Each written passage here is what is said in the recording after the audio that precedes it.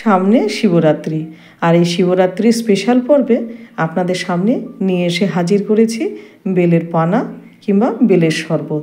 খুব সহজভাবে এবং একটু অন্য কায়দায় আপনাদের আজকে করে দেখিয়েছি।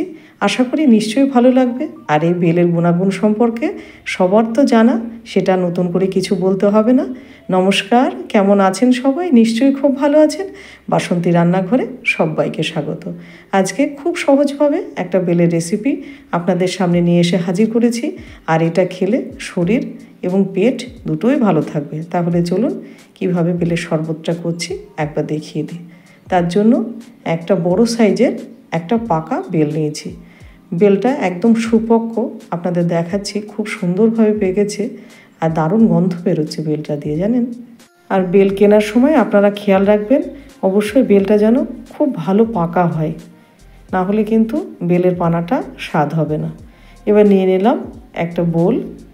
এবার একটা ভারী কিছু দিয়ে বেলটাকে আস্তে আস্তে করে ভেঙে নেব। ভাঙার সময় খেয়াল রাখতে হবে হাতে যেন না লেগে যায়। বেলটা ভাঙা হয়ে গেছে, দেখেছেন কি সুন্দর পেকেছে।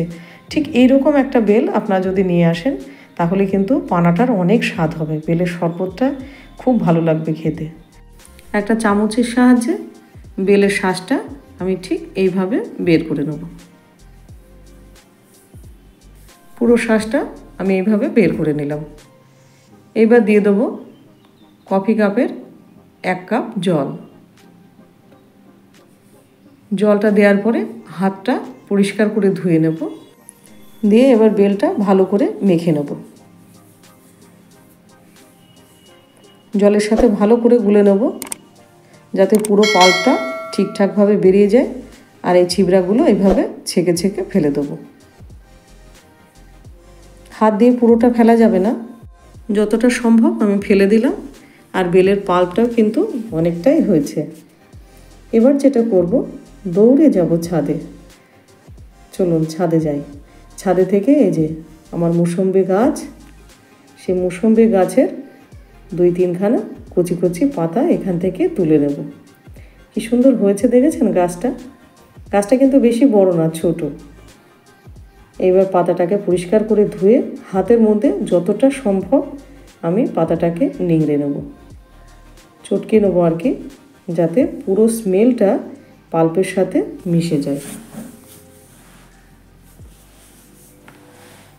বেলের পানা তো অনেক খেয়েছে, একবার এইভাবে একবার বেলের পানা খেয়ে দেখবেন। যদি মুসম্বি গাছ না থাকে তাহলে পাতিলেবুর পাতা দিয়েও আপনি এইভাবে খেতে পারেন।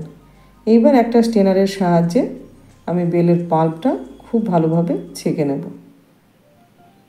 একটা চামচের সাহায্যে চেপে চেপে যতখানি পাল্পটা বের করা যায় ছেঁকে নিলাম। আর পুরো এই যে বীজগুলো সব আলাদা হয়ে গেছে, বেলের পাল্পটা রেডি হয়ে গেছে। এবার অন্য একটা বলে আমি পাল্পটা ঢেলে নেব। অনেকটাই পাল্প হয়েছে। এবার দিয়ে দেবো 1.5 চামচ আখের গুড়।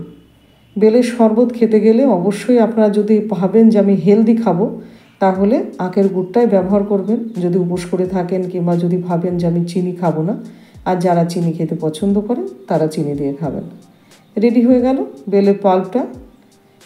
এবার একটা গ্লাস নিয়ে আমি হাফখানা লেবু এর মধ্যে চিপে দিলাম। আপনারা চাইলে এর মধ্যে বরফের টুকরো কয়েকটা দিতে পারেন, এতে আরও বেশি টেস্টি হবে। এই বেলের গুণাগুণ আপনি যতই জানবেন ততই আশ্চর্য হয়ে যাবেন। এই বেলকে শ্রীফলও বলা হয়। সামনেই আসছে শিবরাত্রি, ভোলানাথের কাছে কিছু দেন না দেন বেলটা কিন্তু দিতেই হয়। তাহলে রেডি হয়ে গেল আমাদের একদম সুস্বাদু, টেস্টি অ্যান্ড হেলদি বেলের পানা বা বেলের শরবত। ভিডিওটা আপনাদের কেমন লাগলো? আশা করি ভিডিওটা আপনাদের ভীষণ ভালো লেগেছে। আর শুধু ভালো লাগেনি, এটা কাজেও আসবে। এইভাবে বেলের পানা যদি আপনি তৈরি করে খান আপনার বারবার খেতে ইচ্ছা করবে। এক চুমুকে পেট এবং মন দুই ঠান্ডা হবে এবং ভালো থাকবে। আর যারা আমার নতুন বন্ধু আছেন এখনও যারা সাবস্ক্রাইব করে উঠতে পারেননি আমার চ্যানেলটা সাবস্ক্রাইব করার অনুরোধ রাখলাম তাদের কাছে। আর তার সাথে নোটিফিকেশান বেলটাও অন করে রাখবেন যাতে বাসন্তী রান্নাঘরের ভিডিও সবার আগে আপনার কাছে পৌঁছায়। আর এই ভিডিওটা যদি দেখে ভালো লাগে তাহলে একটা লাইক, শেয়ার, কমেন্ট করতে ভুলবেন না। খুব ভালো কাটান, আনন্দে কাটান।